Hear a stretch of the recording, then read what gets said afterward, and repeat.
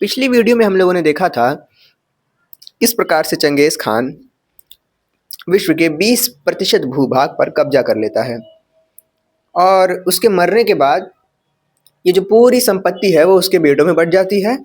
और फिर धीरे-धीरे, क्योंकि यहाँ पर योग्यता के आधार पर लोगों का चयन होता था, इसलिए कुछ समस्याएँ आती हैं और अंततः हम लोग यही देखते हैं कि जो इतना बड़ा साम्राज्य होता है मंगोल साम्राज्य, ये अपनी संस्कृति को छोड़कर जिस जगह पर जाता है वो ऐसी संस्कृति जो है अपना लेता है।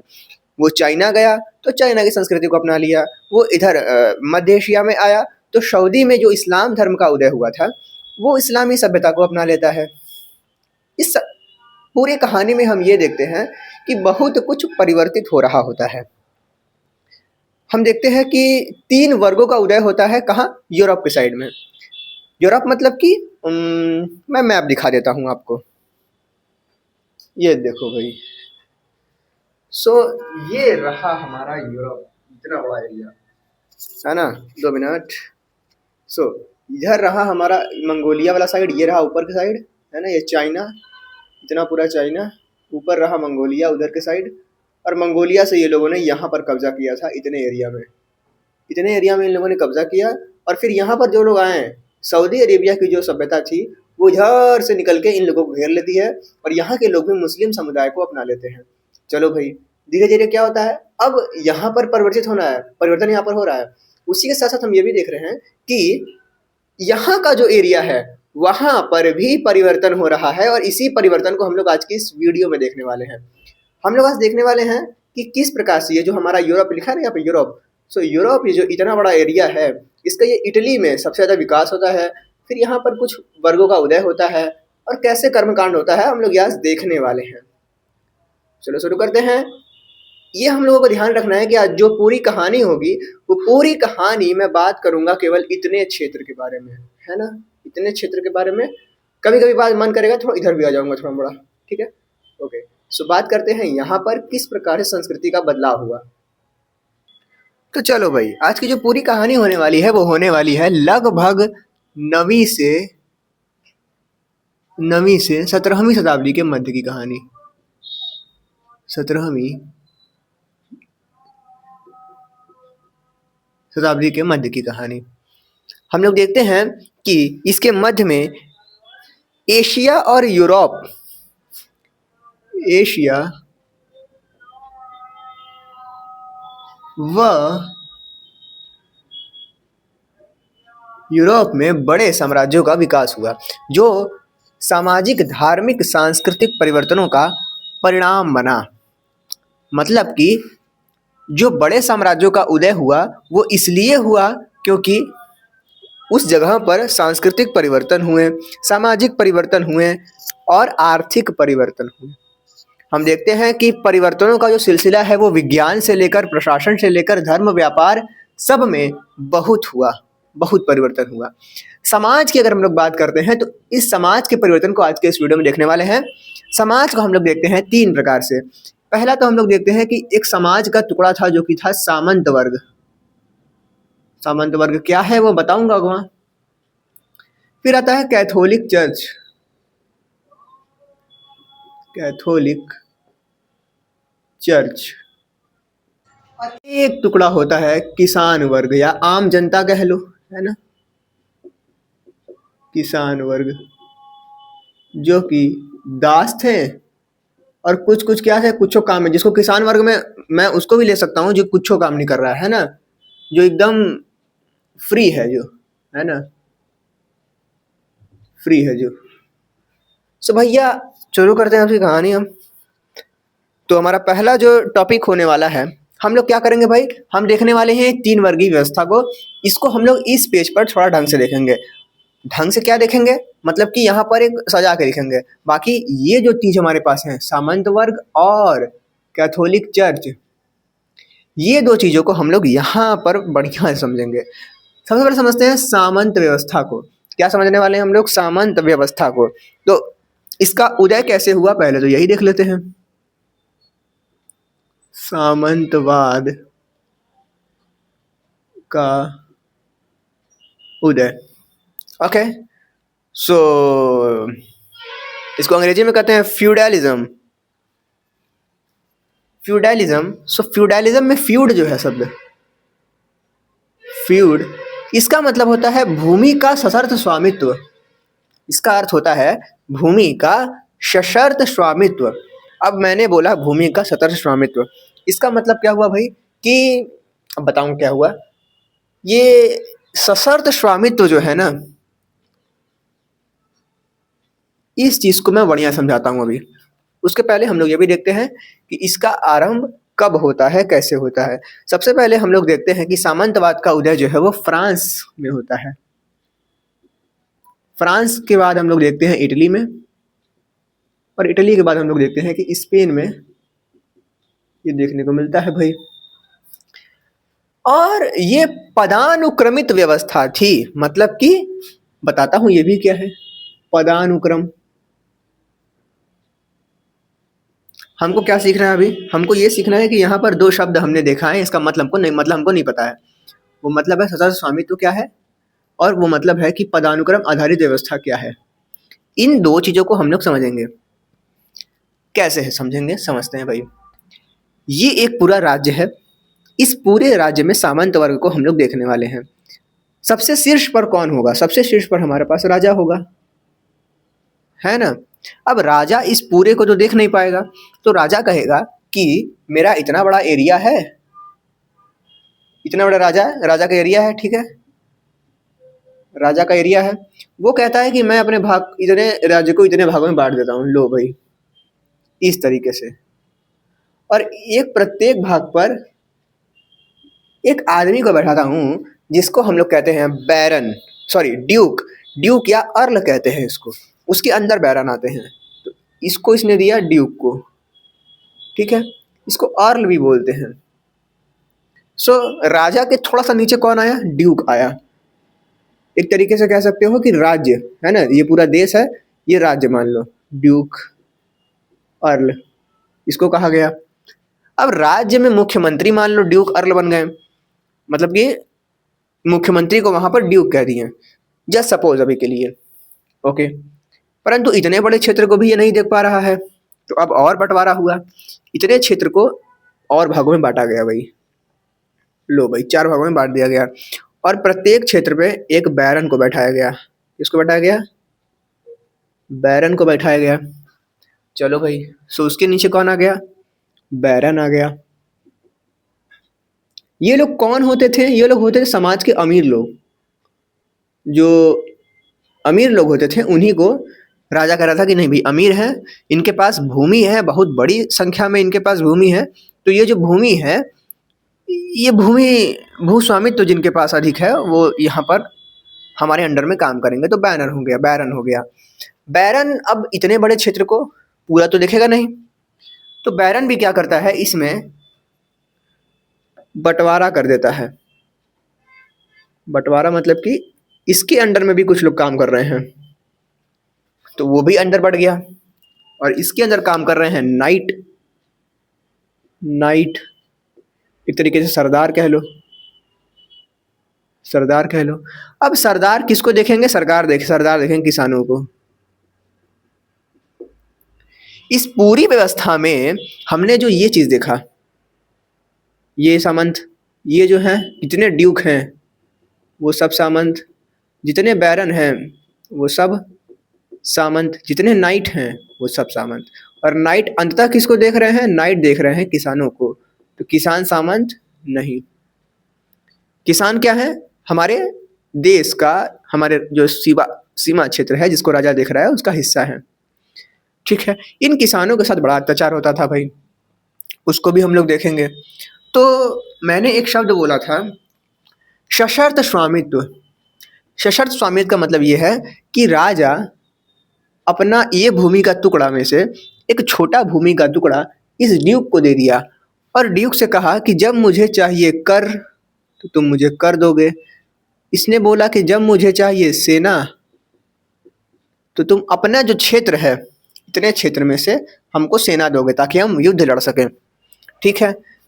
अर्ल जो है वो, अर्ल जो है वो अपने भाग को 4 भागों में बांटा, जिसको हम लोग ने बैरन कहा। इसने बैरन से कहा कि भैया तुम मुझे कर दोगे और जब मुझे सेना की जरूरत पड़ेगी तो सेना मुझको दोगे। बैरन किसको कहेगा? नाइट को कहेगा कि तुम मुझे कर दोगे और मुझे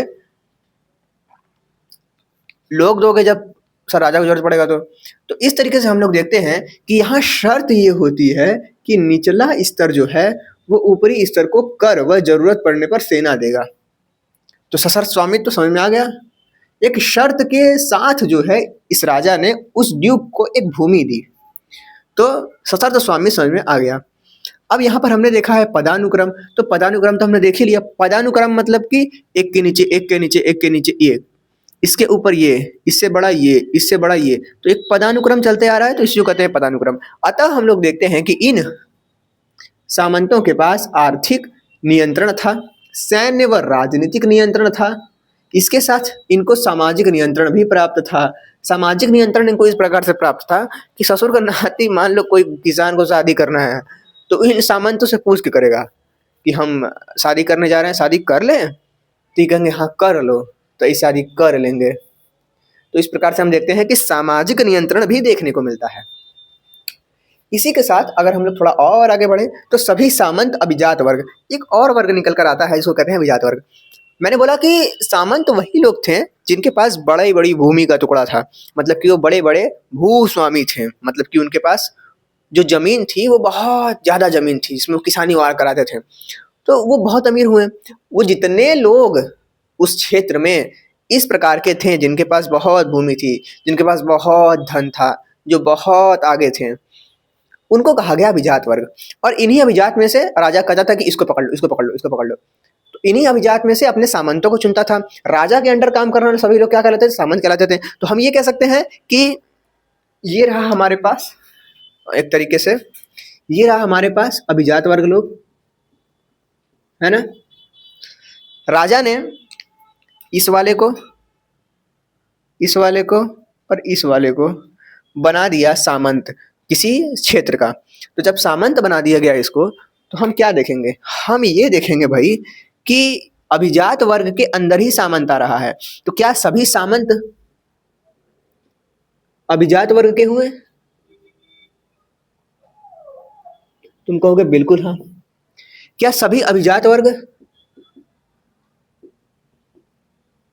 सामंत के बराबर हुए? तो कहोगे नहीं। क्यों? क्योंकि ये भी तो अभिजात वर्ग है परंतु ये सामंत नहीं है।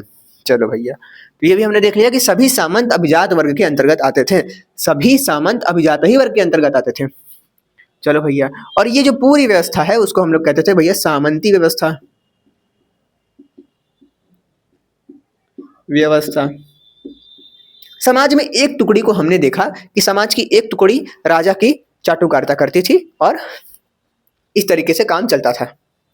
थोड़ा सा और आगे बढ़े तो हम लोग देखेंगे कैथोलिक चर्च को। एक और साम्राज्य का उदय हुआ, सॉरी साम्राज्य का उदय नहीं हुआ, एक और समुदाय का उदय हुआ, कैथोलिक चर्च। कैथोलिक का मतलब होता है फॉर ऑल, सबके लिए, मतलब कि एक ऐसा चर्च जो सबके लिए हो। अच्छा, चर्च का मतलब हम लोग समझते हैं कि एक मंदिर होगा, कुछ ऐसा कुछ नहीं। चर्च का मतलब अगर आप सोचोगे, आप खोजोगे तो आपको पता चलेगा कि चर्च का मतलब होता है एक समुदाय, एक संस्था, एक लोगों का समूह चर्च कहलाता है। यानी कि एक ऐसा लोगों का समूह जो सबके लिए है, कैथोलिक चर्च कहलाया। तो कहानी कुछ इस कदर बढ़ती है कि हम लोग देखते हैं कि पुरानी वीडियो में रोमन साम्राज्य जब पढ़ रहे थे हम लोग, तो हम देखते हैं कि एक कोई राजा होता है जो कि ईसाई धर्म को राज्य धर्म घोषित कर देता है ना। उसके बाद भी उसका प्रयास थोड़ा सही नहीं रहता है, असफल प्रयास करता है। उसके बाद एक राजा आते हैं, वो राज्य ईसाई राज्य धर्म के रूप में ईसाई धर्म को लगा देते हैं। तो उस राजा का नाम रहता है थियोडोसियस। तो थियोडोसियस आते हैं, रोमन साम्राज्य के सम्राट थियोडोसियस 380 ईडी में हम लोग देखते हैं कि ये ईसाई धर्म को राज्य धर्म घोषित कर देते हैं। ईसाई धर्म को राज्य धर्म घोषित कर देते हैं। हम देखते हैं कि ईसाई धर्म तेजी से यूरोप में फैलने लगता है, यानी कि ईसाई धर्म को मानने वाले लोग तेजी से फैलने लगते हैं, विचारधारा ये फैलने लगती है। तो फैलने लगा तो क्या हुआ, ईसाई धर्म फैलने लगा, तो हम देखेंगे कि कैथोलिक जो चर्च है वो रोम में स्थापित हुआ। यानी कि ईसाई धर्म फैलने लगा तो एक कैथोलिक चर्च, एक समुदाय स्थापित हुआ, कैथोलिक चर्च रोम में स्थापित हुआ। इसका मतलब कि फॉर ऑल होता है ना, नहीं लिखो तो बेहतर है, समझ जाओ बस, क्योंकि जगह ही नहीं है यहाँ पे। सो कैथोलिक मतलब फॉर ऑल, चर्च मतलब समुदाय, एक लोगों का समुदाय है।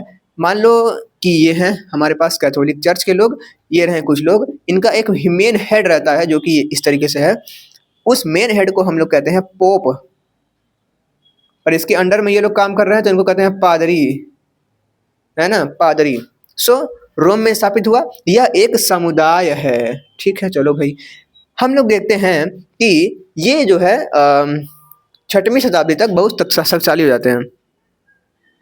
6वीं शताब्दी तक ये बहुत ताकतवर हो जाते हैं, मतलब कि लोग इनकी बात मानने लगे। हम लोग देखते हैं कि लोग इस समुदाय को एकदम, जैसे अंधभक्त हम अभी हिंदुस्तान में अंधभक्त जो चल रहे हैं, उसी तरीके से यहाँ पर भी कैथोलिक चर्च का जो अंधभक्ति है वो लागू होने लगा एक तरीके से। हम लोग देखते हैं कि क्योंकि लोग इनको फॉलो कर रहे हैं, सारे जो जनता है वो जनता इन्हीं के पास फॉलो कर रही है कि हम ईसाई हैं, ईसाई हैं, ईसाई हैं। इससे क्या हुआ कि ये जनता जो है ये इनको फॉलो करने लगी, तो इनका जो है वो जो पोप जी हैं, उन पोप जी का एक तरीके से ताकत बढ़ गया। इतना ताकत बढ़ गया कि ये राजा से भी शक्तिशाली हो गए। इतना ताकत बढ़ गया कि ये राजा से भी शक्तिशाली हो गए। इसके प्रमुख को हम लोग पोप कहते थे, मैंने बता दिया आप लोगों को। इनकी अधीन पादरी काम करते थे, पदारी नहीं, पादरी काम करते थे।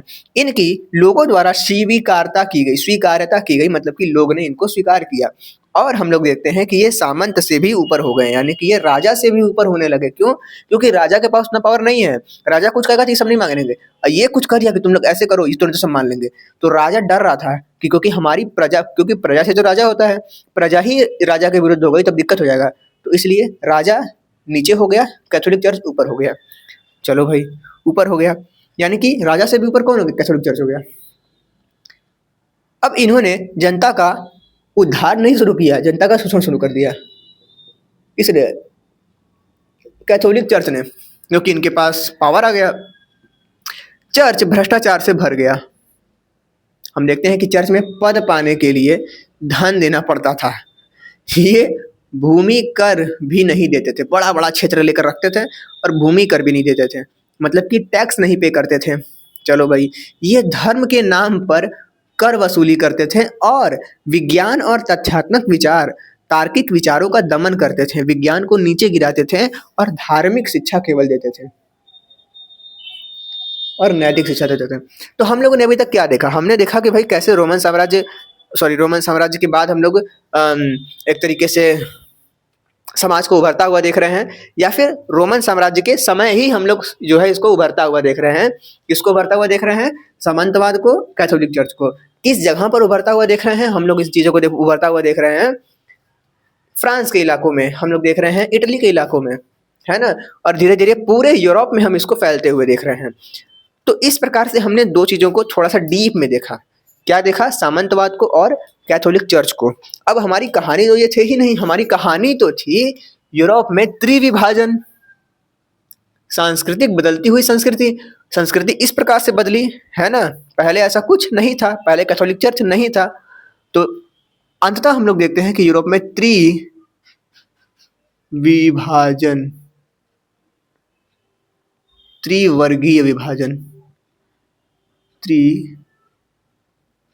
विभाजन हुआ। एक को हमने कहा प्रथम वर्ग, एक को कहा द्वितीय वर्ग, एक को कहा तृतीय वर्ग। प्रथम वर्ग के अंतर्गत पादरी को हमने रखा।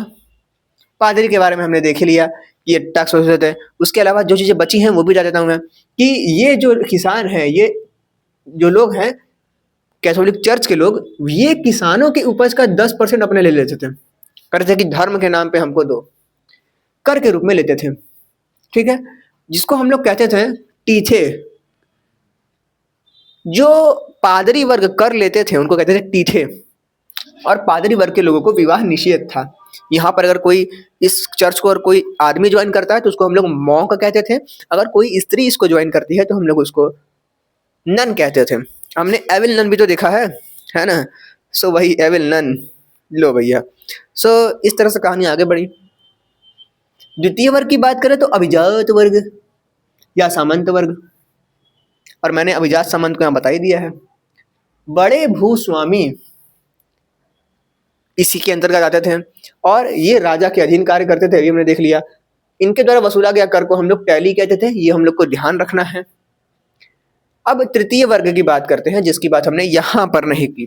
तृतीय वर्ग में बहुत शॉर्ट में मैंने यहाँ पर बता दिया है कि तृतीय वर्ग के लोग कृषक थे। कृषक में भी कुछ स्वतंत्र कृषक थे और कुछ कृषि दास थे, जिनको हम कुछ सर्फ कहते थे, जिनको हम लोग सर्फ कहते थे। तो स्वतंत्र कृषक के अंतर्गत हम लोग देखते हैं कि बैरन या लॉर्ड, हमने यहाँ पर बैरन देखा है ना, ये जो है इसी की बात हो रही है, इसी को हम लोग लॉर्ड कह सकते हैं। ठीक है, लॉर्ड के रूप में हम लोग बैरन को देख सकते हैं। इतना के जागीर पर सप्ताह में 3 से 4 दिन काम करना पड़ता था, यानी कि साल में लगभग हम लोग देखते हैं कि 40 दिन की सॉरी बात कुछ इस तरह से है कि स्वतंत्र कृषक जो थे वो सप्ताह में 3 से 4 दिन किसी का किसानी काटते थे, है ना, जागीर पर काम करते थे। और ये जो किसान हैं इनको सेना में अपनी जो भागीदारी है वो निभाना पड़ता था। एक साल में 40 दिन इन लोगों को सेना में भी काम करने का नियम था।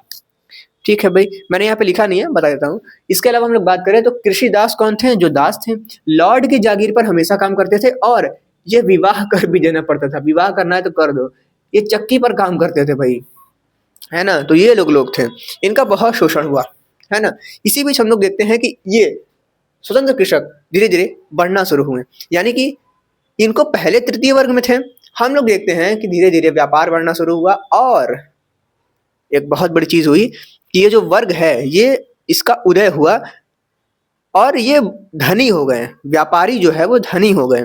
और हम लोग देखते हैं कि एक चतुर्थ वर्ग का उदय होता है।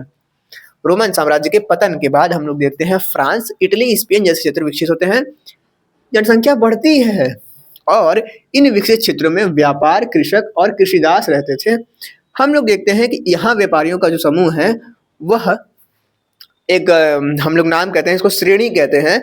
श्रेणी को यहाँ पर कहा जाता था गिल्ड। तो गिल्ड व्यापार संचालन व नियम बनाता था। यहाँ व्यापारियों का समूह जिनको हम लोग गिल्ड कहते हैं। अच्छा, मैंने क्या बोला भाई? मैंने क्या बोला? विकास हुआ, जनसंख्या बढ़ी। जनसंख्या बढ़ने पर क्या हुआ भाई? व्यापारियों का एक समूह बनता है जिसको हम लोग कहते हैं गिल्ड कहते हैं, हिंदी में बोले तो श्रेणी कहते हैं। गिल्ड क्या करता था? व्यापार संचालन करता था, नियम बनाता था। ये ग्रुप जो है कि यही वर्ग चतुर्थ वर्ग बनता है आगे चल के और परंपरागत त्रिवर्गीय व्यवस्था जो है उसको चुनौती देता है। ठीक है, चलो भाई, अब ये सब कहानी हो रही है, उसी बीच हम लोग एक और संकट देख लेते हैं, 14वीं सदी का संकट।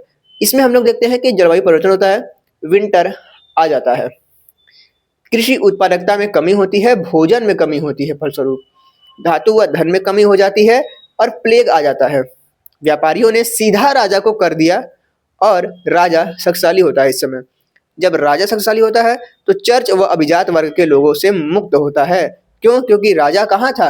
राजा नीचे था। इसके ऊपर कौन हो गया था? कैथोलिक चर्च ऊपर था, तो राजा नीचे हो गया है। राजा के पास पैसा आया, क्यों? क्योंकि लोगों ने सीधे इसको कर दिया। तो ये हमारे जो इसके ऊपर एक बैठे हैं, मैंने यहाँ पर लिखा नहीं है, मैं बता रहा हूँ अंदाजा से, है ना, कि मान लो यहाँ पर कैथोलिक चर्च है तो ये राजा कैथोलिक चर्च से ऊपर उठा जब इसके पास पैसा आया। तो ये इन लोगों से मुक्त हुआ।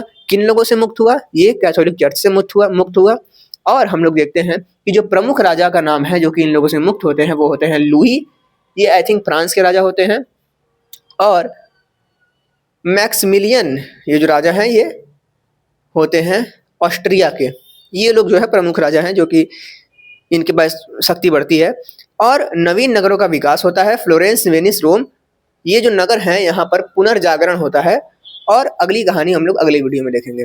आज की वीडियो में हम लोगों ने त्रिवर्गीय विभाजन को देखा, सामंतवाद को देखा, कैथोलिक चर्च को देखा, किस प्रकार से कैथोलिक चर्च ने लोगों का शोषण किया, किस प्रकार से सामंत व्यवस्था चलती थी और किस प्रकार से तृतीय वर्गों का शोषण होता था और किस प्रकार से ये जो व्यापारी वर्ग है वो उदित हुआ और किस प्रकार से संकट आया और राजा फिर शक्तिशाली बना।